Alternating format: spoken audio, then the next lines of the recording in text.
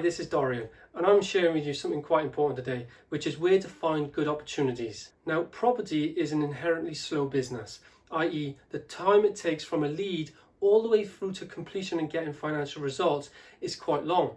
And the best way to reduce the likelihood of you making mistakes by becoming a motivated buyer is by building and maintaining a healthy pipeline. The lifeblood of most property businesses is the strength of their pipeline. We all know that the price that you buy a project for is where you can really increase the likelihood of achieving financial return and in fact de-risk the project. So by taking that pressure away, i.e. not becoming a motivated buyer, because you have an influx of good, healthy leads on a consistent basis, you will not be in a position where you feel you have to just do a deal just for the sake of doing a deal.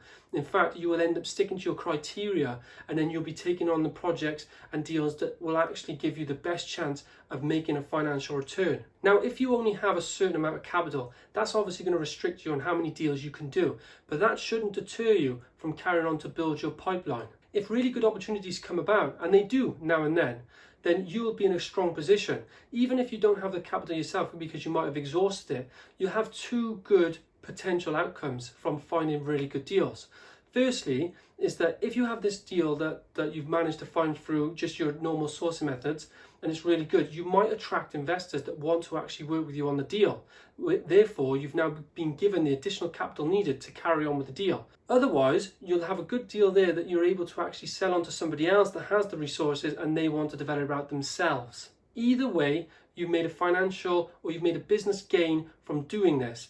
Whereas if you decided not to source anyway because you've only got capital for one project, for example, then you're not going to achieve anything. So what really is there to lose? Now, I'm not saying go out there and find loads of deals and actually commit to buying them. That's two different things. You really need to make sure you have everything lined up if you're going to go out and do that. But what I'm saying is that you need to get these opportunities coming to you.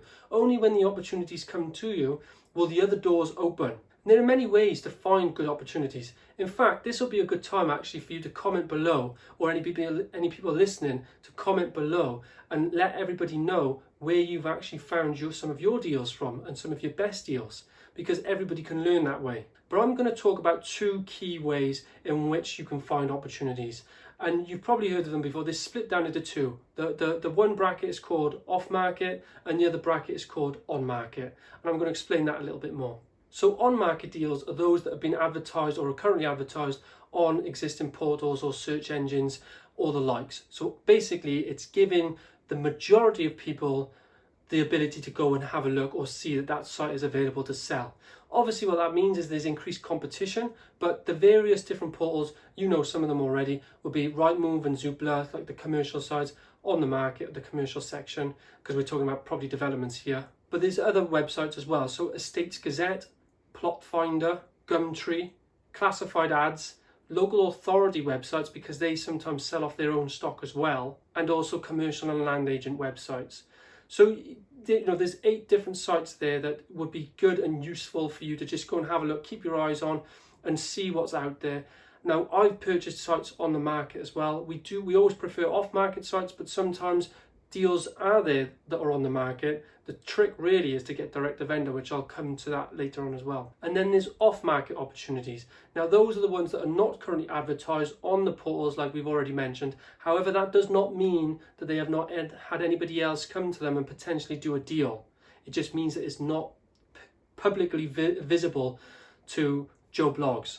Now, there's different ways to find off-market opportunities, and I'll just list a few below. So the one way that we do it is via planning portals. So we check the planning portals to see existing projects that have either had planning declined or they've had planning recently granted or planning granted a while ago but they've not yet built them. Those are the ones we really look for. We also use Google and use the OS maps, and then we use that with Land Registry to find the owner of potential sites that we feel are developable, and then we'll reach out to them via a letter and hopefully they will get in contact with us. To assist us with doing this as well, we also use, which I class as a third method, we use softwares such as Nimbus, Land Insight and Dacia.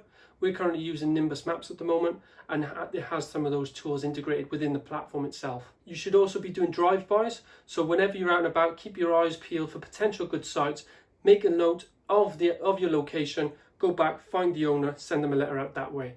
And another way that we found some good sites, which are the fifth recommendation, is via referrals. So using and working with the architects, planning consultants and builders, and just basically your team. Sometimes they will know owners of sites, or they will know of sites. That's good information for you to go and then reach out to them and try and hopefully get a deal. We've done that a few times as well.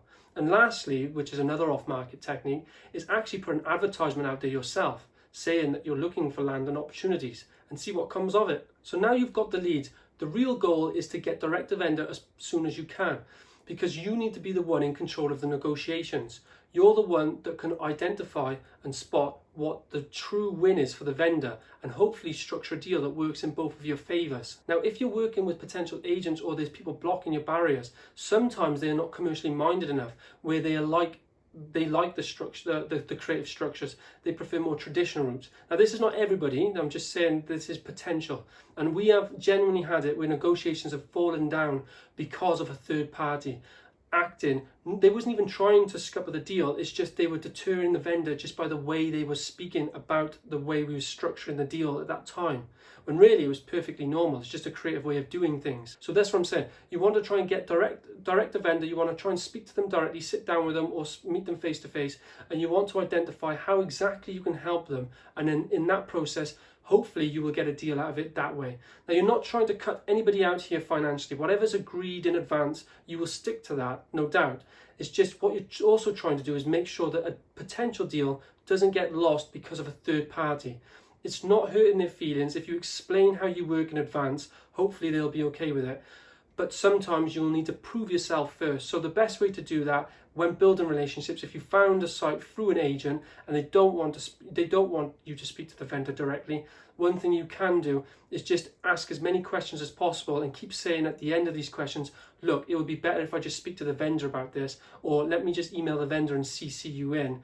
Because what will happen then is sooner or later you will hopefully get the opportunity to speak to them directly, and you are now direct to vendor. And finally, and I can't stress this last point enough, tell everybody what you do and what it is you're looking for. You honestly will be surprised where potential opportunities can come from.